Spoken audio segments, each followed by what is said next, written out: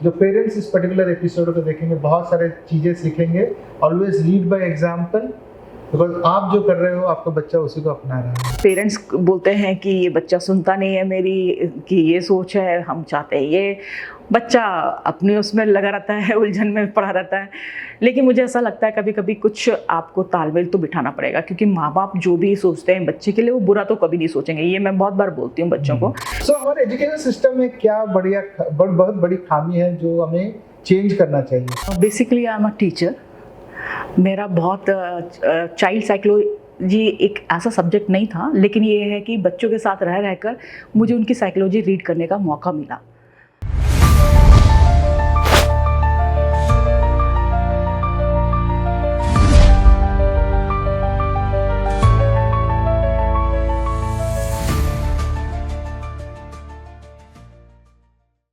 नमस्कार दोस्तों, एक बार फिर आप सबका स्वागत है मेरे इस एपिसोड में अनसंग हीरोज पॉडकास्ट में, जिसका नाम है अनसंग हीरोज लेजेंड्स इन स्पॉटलाइट। और इस पर्टिकुलर स्पेस में हम जनरली डिस्कस करते हैं अबाउट मेंटल हेल्थ। एंड जो भी मेरे जो गेस्ट आते हैं, जो भी उनका जो स्ट्रीम है, जो भी उनकी जो पैशन है, जिस टीम से वो काम करते हैं, उसको मैं रिलेट करता हूँ मेंटल हेल्थ से।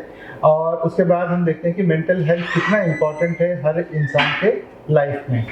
आज मेरे साथ में जो मेरे जो गेस्ट हैं वो भी बहुत ज़्यादा स्पेशल हैं, because she is child psychologist and she works with children. And वो इस पर्टिकुलर प्रोफेशन में पिछले 19 से 20 साल से हैं। So she knows in and out about a child. So आज मैं अपने गेस्ट को इनवाइट कर देता हूँ, शकुंतला अवस्थी मैडम, जो 19-20 साल से एज ए टीचर हैं, चिल्ड्रन से काम किए हैं। और बहुत बहुत वेलकम मेरे इस पर्टिकुलर एपिसोड में, आपने समय निकाला और मेरे इनविटेशन को एक्सेप्ट किया। Welcome ma'am. Thank you very much sir for calling me here. I am so delightful to be here to share my views on this topic. Thank you so much ma'am, because कहीं ना कहीं आज हम अपने Indian population को देखें तो 65% of the population is youth. Yes. और यही लोग अपने इंडिया को सुपर पावर बनाएंगे। तो इनका साइकोलॉजी, इनकी पर्सनैलिटी बहुत मायने रखता है कि हमारे फ्यूचर इंडिया की सोसाइटी किस तरह से बनेगी। सो आज हम चाइल्ड साइकोलॉजी के बारे में ज़्यादा बात करेंगे मैम, और उसके बाद then we will go into see कि how mental health is important in one's life. बिल्कुल सर। ओके, थोड़ा सा आप अपना बैकग्राउंड मेरे व्यूअर्स के लिए दे देंगे कि मतलब आपका चाइल्डहुड, फिर आपका जर्नी कहाँ से स्टार्ट हुआ, and how did you go into psychology और teaching profession? Basically I am a teacher. मेरा बहुत चाइल्ड साइकोलॉजी एक ऐसा सब्जेक्ट नहीं था, लेकिन ये है कि बच्चों के साथ रह रहकर मुझे उनकी साइकोलॉजी रीड करने का मौका मिला। क्योंकि मैंने बहुत सारे स्कूलों में काम किया है, तो तरह तरह के बच्चों से मेरा वो हुआ है। एक तरह से ये बोलेंगे कि एक काउंटर जैसे बोलते हैं, काउंटर हुआ है। तो मेरा यही मानना है कि बच्चे जो देश का भविष्य है, अगर आप उनकी साइकोलॉजी पकड़ लेते हो या आप उनकी साइकोलॉजी जान लेते हो तो आप उस पर और अच्छे से काम कर सकते हो। ये मेरा मानना है। सो मैम, चूँकि आप एजुकेशन से जुड़ी हैं, सो हमारे जो इंडियन एजुकेशन सिस्टम, इसका अल्टीमेट मोटिव है, फॉर दैट मैटर कोई भी एजुकेशन का अल्टीमेट मोटिव क्या होता है? Ultimate motive of education is to bring child's its own identity, to make a child a proper citizen of the country. ये होता है। And if you will go in abroad, means a child is able to create its own identity. A child is able to know what is good, what is bad. His conduct or her conduct should be proper. Behavior should be proper. And you can say, अगर आप देख रहे हैं बड़े उसमें, तो मतलब ये है कि आप देने का मतलब उसकी जो वो है, जो नियति है वो देने की हो, हेल्प करने की हो। ऐसा नहीं हो अपना सेल्फ सेंटर्ड नहीं। चाहे एजुकेशन का मतलब ये नहीं कि बच्चा ने बहुत अच्छा पढ़ाई कर लिया और खूब पैसा कमा लिया। एजुकेशन मतलब आप की जो नियत है वो देने की हो, हेल्प करने की हो। So ओके मैम, जब आपने बोला है ना देने की हो या मतलब गिवर्स होना चाहिए, हेल्पिंग हैंड होना चाहिए, बट लेकिन कहीं ना कहीं मैम हमारे जो एजुकेशन सिस्टम है, आज के एजुकेशन सिस्टम है, मॉडर्न एजुकेशन सिस्टम, यहाँ पे बच्चे में वो क्रिएटिविटी लाने का समय नहीं, बच्चे को सोचने का कहाँ समय दिया। आप बोलते हैं, हम बोलते हैं कि कॉम्पिटिटिव एग्जामिनेशन पास करो, 90% लेके आओ और आप इंजीनियरिंग में चले जाओ या डॉक्टर में चले जाओ। अच्छा। तो एक तो हम बोल रहे हैं कि बच्चों को अपना डिसीजन लेना चाहिए, दूसरी तरफ से हम हमारे एजुकेशन सिस्टम इतना उनको दबा के रखा है कि नहीं भाई तुम पढ़ाई करो, रट के जाओ, मार्क्स लेके आओ, कैसे लेके आओ पता नहीं, मुझे 98% चाहिए। सो हमारे एजुकेशन सिस्टम में क्या बहुत बड़ी खामी है जो हमें चेंज करना चाहिए। मेरे ख्याल से कहीं ना कहीं NEP जब आया अभी तो उसमें थोड़ा सा चेंजेस आए हैं, जहाँ पे बच्चों को क्रिएटिविटी दिखाने का मौका मिला है, बच्चे को जो पैशन है उस पर काम करने का मौका मिल रहा है। बट एग्जिस्टिंग एजुकेशन सिस्टम आपने पिछले 19 साल में क्या देखा थोड़ा सा? देखो, पहले के जो सिस्टम था वो भी सिस्टम अच्छा था, मैं उसको पूरी तरह से उसको डिनाई नहीं कर सकती हूँ, क्योंकि उस एजुकेशन ने बहुत IAS दिए हैं, बहुत डॉक्टर्स दिए हैं जो उम्दा डॉक्टर्स हैं, लेकिन अगर आप देखोगे कुछ खामियां तो हैं, कुछ खामियां आज की जनरेशन के और आज के एजुकेशन में भी, सिस्टम में भी है, और कुछ खामियां पहले की भी थी। इन खामियों को हम कम कर सकते हैं। हम उन खामियों को किस तरह से कम कर सकते हैं? हम लोग उनको बच्चों की साइकोलॉजी का जान के बच्चों को वो इन्वायरमेंट दे सकते हैं जिससे वो और अच्छे से सीखें। उन पे फैमिली वैल्यूज़, सारी की सारी जो हमारी वैल्यूज़ है वो आप इनकलकेट करो, जिससे बच्चा खाली सेल्फ वो ना हो जाए, जिसे आप कहते हैं सेल्फिश ना हो जाए कि खाली बस पढ़ना है, नंबर अच्छे लाने हैं और नौकरी करनी है किसी बड़ी कंपनी में या खूब पैसा कमाना है। पैसा कमाना उसका मोटिव होना चाहिए, लेकिन साथ साथ में आपका एक हेल्प, क्योंकि एक इंसान को जानवरों से कंपेयर अगर आप करते हो तो इंसान क्यों बेहतर है जानवरों से? क्योंकि वो देने की प्रवृत्ति उनकी उसके अंदर होती है। अगर आप ये दे नहीं पा रहे हो तो फिर मेरे को लगता है एजुकेशन का कोई मतलब नहीं है फिर।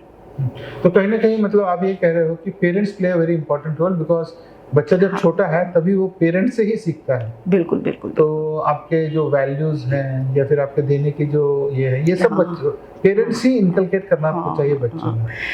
ये तो है, पेरेंट्स बहुत है। पहले की जो फैमिलीज होती थी, एक्चुअली में पहले एक जॉइंट फैमिलीज होती थी, जॉइंट फैमिली के कारण ही बच्चा शेयरिंग करना सीखता था। ये अब की उसमें खामियां हैं कि हम न्यूक्लियर फैमिली में आ गए हैं जिसमें बच्चा शेयर करना नहीं जानता और ना उसको पसंद है।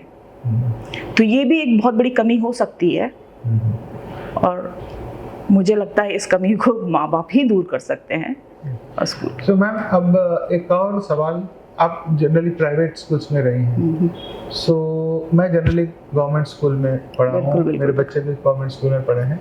सो प्राइवेट स्कूल और गवर्नमेंट स्कूल आप बेहतर बता पाएंगे कि एडवांटेजेस क्या है या फिर? देखो, प्राइवेट स्कूल में और गवर्नमेंट स्कूल में बच्चे ऑलमोस्ट सेम होते हैं। गवर्नमेंट स्कूल में क्या होता है, आपको वो फैसिलिटीज़ नहीं मिलती है, वो इन्वायरमेंट नहीं मिलता कभी कभी जो प्राइवेट स्कूल के बच्चों को, क्योंकि प्राइवेट स्कूल में क्या होता है, आप उनसे मनचाहा पैसा ले रहे हैं तो आप वो फैसिलिटीज़ प्रोवाइड करते हैं। तो इसमें क्या है, टीचर का रोल कम हो जाता है, फैसिलिटीज़ का रोल ज़्यादा हो जाता है। जबकि गवर्नमेंट में जो पूरा तरह से जो बच्चा डिपेंड है वो खाली टीचर पे डिपेंड है, तो उसको टीचर मोल्ड भी कर सकता है और उसको टीचर बिगाड़ भी सकता है। तो टीचर का बहुत बड़ा रोल होता है गवर्नमेंट उसमें। और प्राइवेट में आप टीचर तो पूरा 100% इसीलिए देता है क्योंकि टीचर के ऊपर एक देखा जाए तो एक डंडा रहता है कि हाँ नहीं, आपको रिजल्ट देना है और बिना रिजल्ट के मतलब यू विल बी आउट। तो वो एक प्रेशर तो रहता ही है, तो इसीलिए वो अपना आउटपुट देता है और अपना इनपुट भी लगाता है। लेकिन ये है कि उसमें कुछ चीज़ें बच्चों की पेरेंट्स पे भी डिपेंड करती है और बच्चों की मेंटल उसमें भी डिपेंड करता है, क्योंकि कभी कभी क्या होता है, बहुत ओवर फैसिलिटी देना या बहुत ज़्यादा ओवर पैम्पर करना बच्चों को माँ बाप के द्वारा, वो भी एक खाम है जो प्राइवेट स्कूल्स में बहुत ज़्यादा होता है और पब्लिक स्कूल में नहीं। आई थिंक ये बात बहुत अच्छी बात बोली मैम आपने। ये मेरे भी अभी किया है कि गवर्नमेंट स्कूल्स में everything depends upon teacher, it's teacher centred, whereas private school में it's not, it's infrastructure centred. And pressure से प्राइवेट स्कूल के टीचर्स भले ही देते होंगे बट वो दिल से नहीं आता है, दिल से नहीं आता। बिकॉज उनका हर समय एक डंडा रहता है कि नौकरी चली जाएगी। गवर्नमेंट स्कूल से उनको पता है कि नौकरी नहीं जाएगी एंड जो भी देता है पूरा दिल से देता है। और एक और बात मैम, जनरली मैंने कहीं पब्लिक डोमेन में पढ़ा भी था, अगर ओवरऑल आप रिजल्ट्स को कंपेयर करें तो गवर्नमेंट स्कूल के रिजल्ट्स ओवरऑल अच्छे होते हैं as compared to private schools. One reason मैंने इसलिए सोचा था बिकॉज गवर्नमेंट स्कूल में क्या होता है कि हर क्लास के बच्चे रहते हैं, इन द सेंस ऑफिसर्स के भी बच्चे रहते हैं, मिडिल क्लास के बच्चे रहते हैं, पुअर भी बच्चे रहते हैं। तो वो लोग ना, जैसे आपने बोला ना कि देना सीखना, ये सब उनको पता है, जबकि प्राइवेट स्कूल्स में ऐसे नहीं होते। Everybody is the same standard, उनको सब कुछ स्पून में फेड मिला हुआ है, सो दे डोंट केयर दैट। तो उसके कारण मेरे ख्याल से ये दो इम्पोर्टेंट बातें हैं, एक तो गवर्नमेंट स्कूल के टीचर्स और दूसरा आपके बच्चे जो है पूरे सोसाइटी के रहते हैं, तो वो थोड़ा सा रिजल्ट्स अच्छे आते हैं। हाँ, देखो जब बच्चे के पास ऑप्शंस ज़्यादा होते हैं तो वो एक ही ऑप्शन में फोकस नहीं होते। ये एक बहुत बड़ी कमी है हमारे एजुकेशन सिस्टम में प्राइवेट स्कूल्स में बहुत सारी फैसिलिटीज़ हो जाती हैं और बहुत सारे ऑप्शंस हो जाते हैं बच्चों के लिए। देखा जाए तो वो एक तरह से चाइल्ड सेंट्रिक या स्टूडेंट सेंट्रिक होता है। लेकिन अगर आप देखोगे गवर्नमेंट उसमें क्या है, बच्चे को सिर्फ मेहनत करके पढ़ाई में ही अपना अच्छा प्रदर्शन करना है या पढ़ाई में ही आपको कुछ अचीव करना है, तब ही आपका भला हो सकता है, नहीं तो नहीं। आप एकदम से किसी और फील्ड में इतना नहीं जा सकते, क्योंकि अगर आप जाते भी हैं तो उसमें सक्सेस रेशो आपका बहुत कम है, क्योंकि इतना बच्चा अफोर्ड नहीं कर पाएगा। तो उसका एक फोकस तो क्लियर हो जाता है कि नहीं भाई एकेडमिक्स में ही आपको ध्यान देना है, उसके अलावा और कोई चारा नहीं है। जब आपके पास ऑप्शन कम होते हैं तो आप ज़्यादा फोकस होते हैं, ये एक चीज़ है। Yes, true, absolutely true.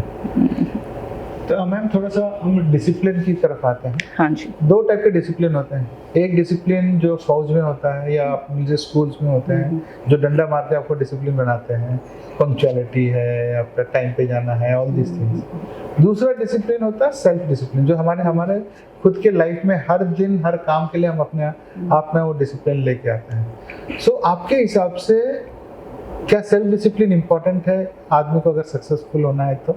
बहुत ज़रूरी है। मतलब अगर बच्चा सेल्फ डिसिप्लिन है तो वो बहुत आगे जा सकता है, भला ही वो कम टैलेंटेड हो, लेकिन सेल्फ डिसिप्लिन के कारण वो अपने पोटेंशियल को और शार्पन कर सकता है और अच्छा कर सकता है। लेकिन कभी कभी क्या होता है, देखो बच्चे तो बच्चे ही होते हैं, बच्चों का जो दिमाग होगा वो चंचल होगा, हमें उसको अभी तो डिसिप्लिन करना पड़ेगा, लेकिन एक एज के बाद उनपे ये सेल्फ डिसिप्लिन हमें इनकलकेट करना चाहिए। क्यों करना चाहिए? ताकि क्योंकि 24 घंटे बच्चे के पीछे नहीं लगे रह सकते कि आप ये करो वो करो, और इतना मॉनिटर नहीं कर सकते हो। तो ये सेल्फ डिसिप्लिन ही उसको आगे बढ़ाएगा। तो सेल्फ डिसिप्लिन इनकलकेट करने के लिए अगर आप खुद से उसको एक एग्जाम्पल दो या खुद से करो, खुद से सेल्फ डिसिप्लिन होकर उनको बताओ, तब जाकर करेंगे, अदरवाइज वो लोग भी नहीं करेंगे। हाँ, तो हमें उनको शो करना पड़ेगा, हमें एग्जाम्पल बनना पड़ेगा। Lead by example, leaders always lead by example, so parents have to lead by example कि आप कितने सेल्फ डिसिप्लिन हैं। अगर हम खुद सेल्फ डिसिप्लिन नहीं है तो हम बच्चों को भी बोलकर उन पे वो इम्पैक्ट नहीं डाल पाएंगे। कहीं ना कहीं मैम जहाँ बच्चे जो है पेरेंट्स को देखकर सुनकर उनकी बॉडी लैंग्वेज से सीखते हैं। बिल्कुल बिल्कुल। तो आपने बहुत सही कहा कि जब तक पेरेंट्स सेल्फ डिसिप्लिन नहीं है तो बच्चा भी तो वही सीखेगा, वही स्टोर करेगा जो पेरेंट्स कर रहे हैं। और सबसे बड़ी बात यह है कि आज के बच्चों को हम लोग खाली ऐसा बोल के नहीं बता सकते कि तुम सेल्फ करो, हमें उसको रीज़न देना पड़ेगा, रीज़न आउट करना पड़ेगा कि सेल्फ डिसिप्लिन से आपका क्या फ़ायदा हो सकता है। आजकल का बच्चा बहुत समझदार है, ऐसा नहीं है, वो सब चीज़ देखता है, वो समझता है। तो ये क्वालिटी, अगर ये वैल्यू आपको लेकर आना था तो आपको उसको बताना पड़ेगा और आपको खुद करना पड़ेगा, खुद होना पड़ेगा सबसे पहले। तो ये बात से मैम बहुत एक इम्पोर्टेंट पॉइंट बाहर आया है कि environment plays a very important role in the growth of a child और पर्सनालिटी ऑफ ए चाइल्ड। बिल्कुल बिल्कुल। मतलब घर का अगर एनवायरनमेंट अच्छा है, पेरेंट्स अच्छे से बिहेव कर रहे हैं, आपस में पेरेंट्स अच्छे से बातें कर रहे हैं, ज़्यादा प्यार दे रहे हैं, तो ये बच्चे की पर्सनालिटी पे बहुत इम्पैक्ट करेगा। बिल्कुल। करेक्ट ना? थोड़ा सा बता पाएंगे? देखिए, बच्चा जो सीखता है सबसे पहले जो उसका स्कूल होता है, जो फर्स्ट स्कूल होता है, वो घर ही होता है, घर से ही सीखता है वो।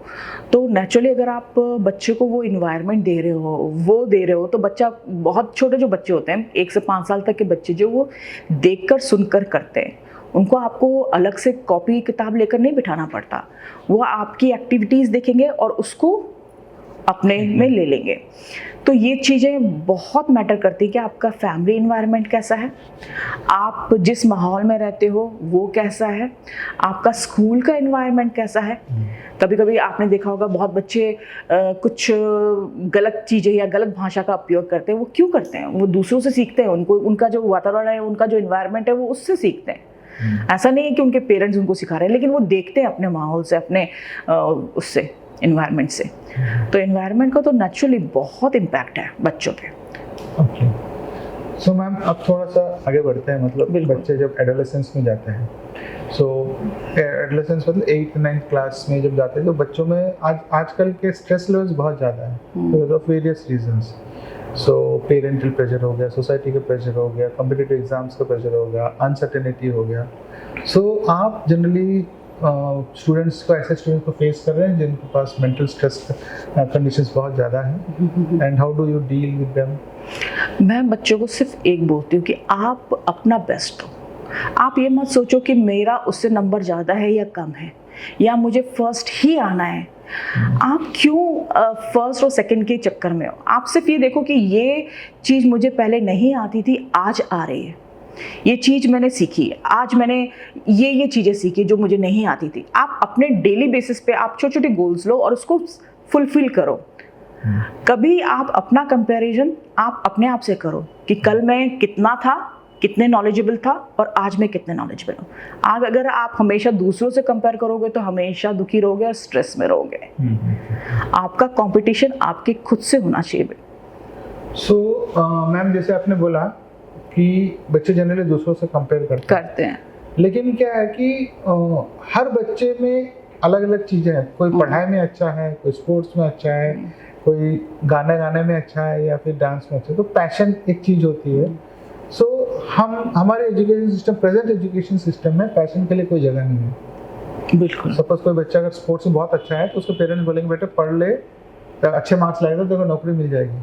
तो स्पोर्ट्स में जाएगा तो तेरे को कुछ नौकरी नहीं मिलेगी। नहीं, हमारा देखो मेन एजुकेशन खाली पैसा कमाने के लिए नहीं होना चाहिए। पैसा कमाना तो एक मजदूर भी कमा लेता है। एक सड़क में लगा हुआ ठेला जो चला रहा है, गोलगप्पे वाला, वो भी कमा लेता है, वो भी बहुत अच्छा कमा लेता है। एजुकेशन मतलब हमारी जो वैल्यूज़ हैं वो, और हमारे जो ब्रेन को वो जो ब्रॉड करता है, हमारी सोच को जो बढ़ाता है, हमारी सोच के दायरे को जो बढ़ाता है, वो है एजुकेशन।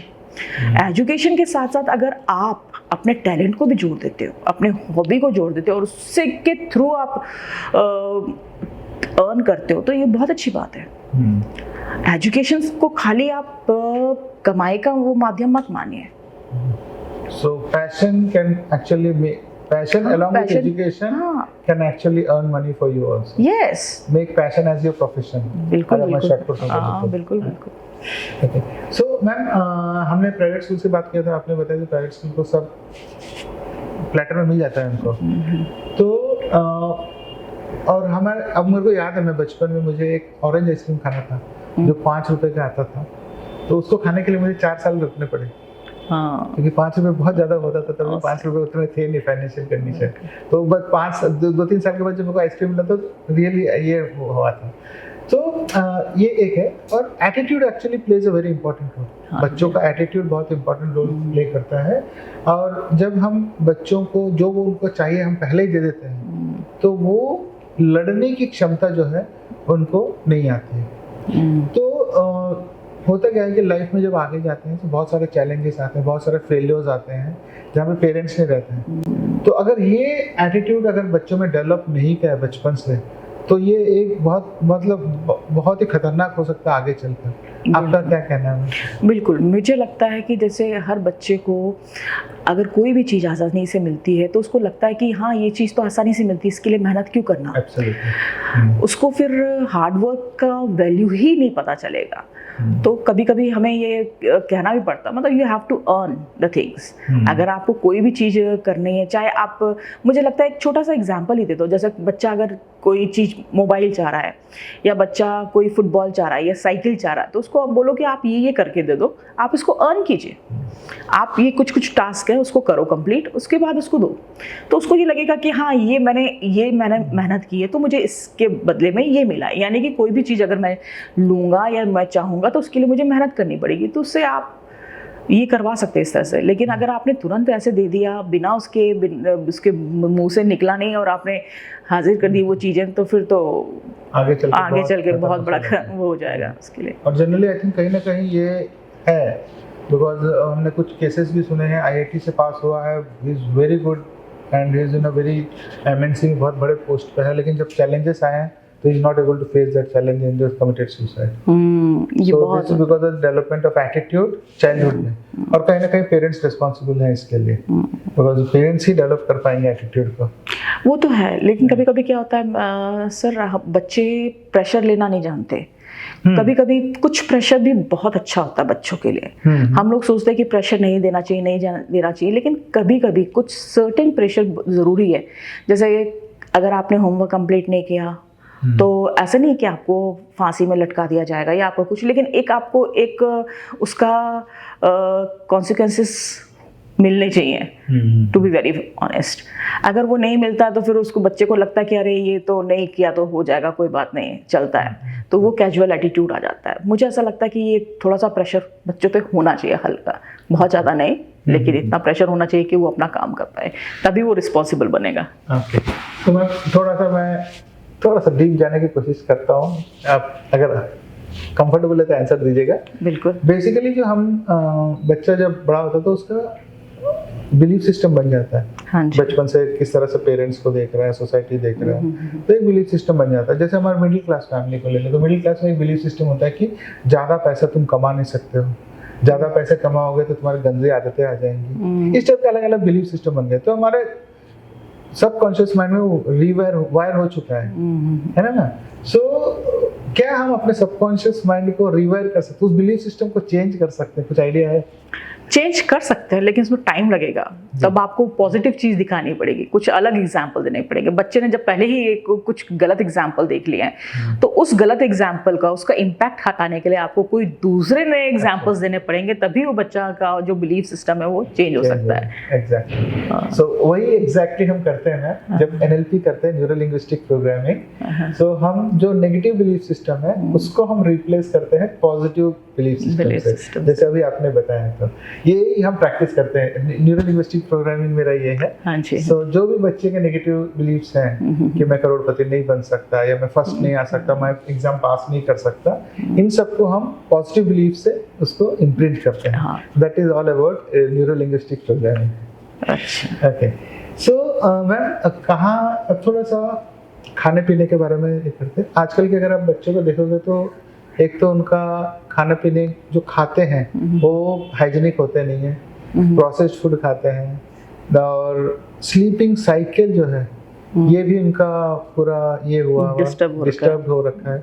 सो आपको क्या लगता है, मतलब आप ऐसे स्टूडेंट्स से हर दिन आप इंटरेक्ट करती हैं, तो eating habits and sleeping habits बच्चों में बहुत खराब है?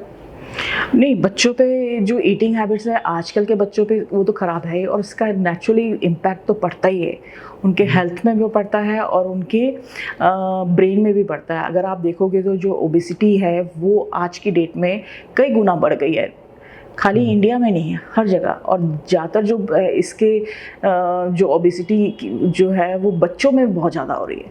और अगर आप देखोगे पहले कभी सुनने में नहीं आता था कि बच्चों को शुगर, अब तो शुगर भी बच्चों में बहुत बढ़ गई है। वो उसका मेन जो रीज़न है वो जो जंक फूड है और जो भी जितना भी है प्रोसेस्ड फूड वो खा रहे हैं वही है। इसको आप कंट्रोल कर सकते हो। अगर आप इसको कंट्रोल कर सकते हो तो नेचुरली आपका स्लीपिंग भी कंट्रोल में आ जाएगा, क्योंकि कुछ ना कुछ तो जो आप खाते हो वो आपके हार्मोन्स को कुछ ना कुछ तो इम्बैलेंस करता है, जिससे आपकी स्लीप डिस्टर्ब होती है, जिससे आपका मूड स्विंग्स होते हैं। ये सारे के सारे सिम्टम्स तो हैं। तो अगर आप इसको सुधार सकते हो तो बहुत अच्छा इम्पैक्ट पड़ता है। ये मैं आपने जो बोला था ना, mood swings, sleeping habit, and indigestion, acid reflux.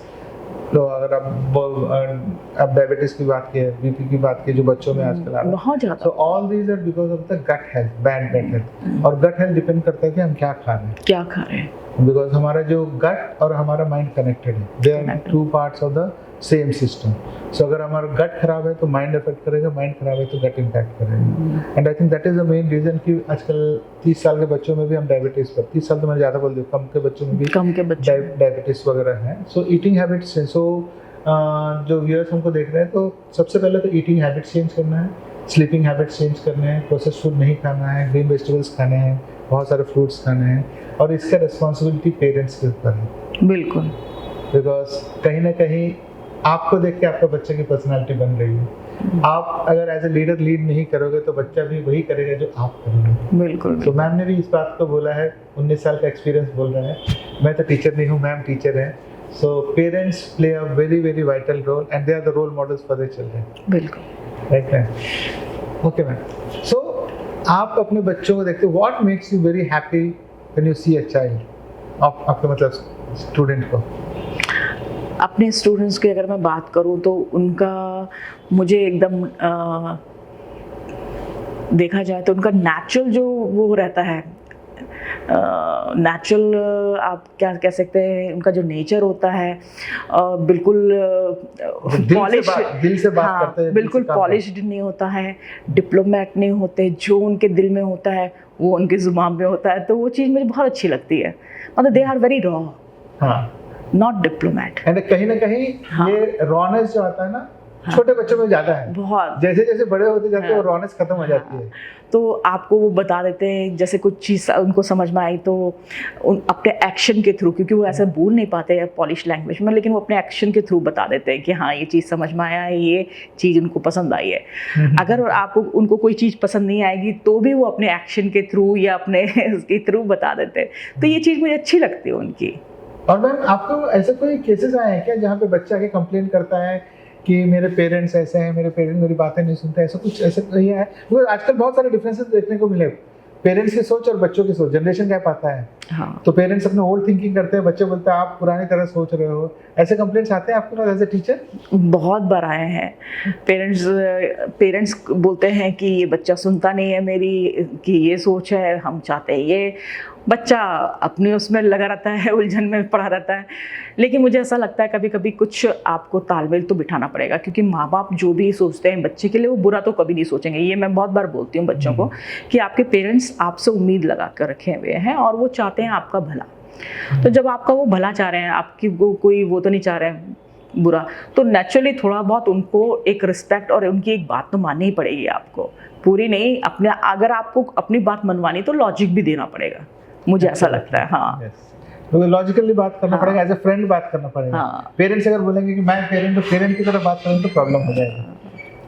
Ma'am आपके स्कूल के बारे में क्या एक अच्छी चीज़ बताइए देहरादून में. मैं अपने स्कूल के बारे में ये कह सकती हूँ कि हम हर बच्चे को उतना ही महत्व देते हैं, चाहे वो बड़ा हो चाहे वो छोटा हो, चाहे वो बुद्धि में श्रेष्ठ हो चाहे वो कमतर हो. हमारे लिए सब बराबर हैं. हम सबको उतना ही वो देते हैं, केयर करते हैं और उतनी ही शिक्षा देते हैं जितना सबको मिलना चाहिए और सब जिसके सब हकदार हैं. आज मैडम बैठी हैं बिलासपुर छत्तीसगढ़ में, पॉडकास्ट स्टूडियो में बैठी हैं और देहरादून के बारे में बात कर रही हैं. सो बिलासपुर इस छोटी जगह नहीं है. बिलासपुर जैसी जगह में देहरादून स्कूल की पढ़ाई हो रही है and she is talking about Dehradun, how good the school is and what are the values that particular school is taking out. So yes, so thank you very much ma'am. It was pleasure talking to you and I hope you enjoyed the talk. And आज के जो बात में हमने, जैसे ma'am ने भी बताया था कि बच्चे दिल से बात करते हैं, एंड आज जो मैम ने बोली, मैम तैयार होकर नहीं आई थी, तो she was just came and हमने इंटरव्यू स्टार्ट कर दिया. मैं भी तैयार होकर नहीं आया था एंड जो भी आया मैम के दिल से आया and that is raw and that is perfectly true. And I'm sure जो पेरेंट्स इस पर्टिकुलर एपिसोड को देखेंगे बहुत सारे चीज़ें सीखेंगे.